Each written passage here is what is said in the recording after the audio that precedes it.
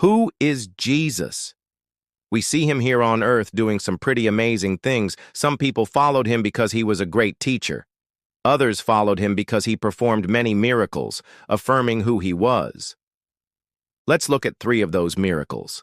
At the wedding feast in Cana, there was a problem. They were out of wine. So Jesus, when he found out about this, took some water, some very common, ordinary water, and he turned it into extraordinary wine. This wasn't just any wine. This was the best wine that they had at the wedding feast, and so it affirmed Jesus' glory. It showed that he had power over the elements. He could take something common and make it special.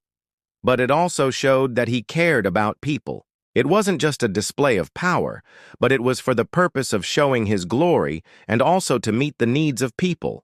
Another miracle that Jesus did was to heal the sick. In Luke chapter 7, we see a man who's covered with leprosy.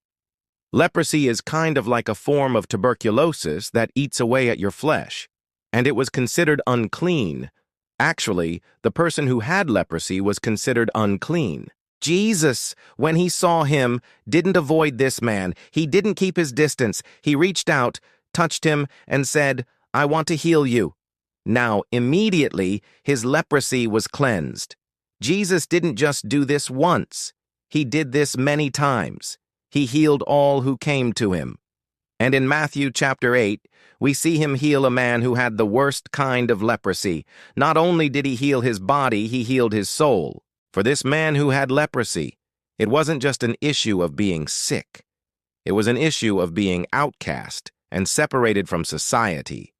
But Jesus, by healing him, not only brought him back into society, but gave him new life.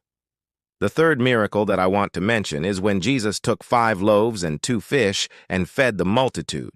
Now, this isn't just one miracle. This happened many times.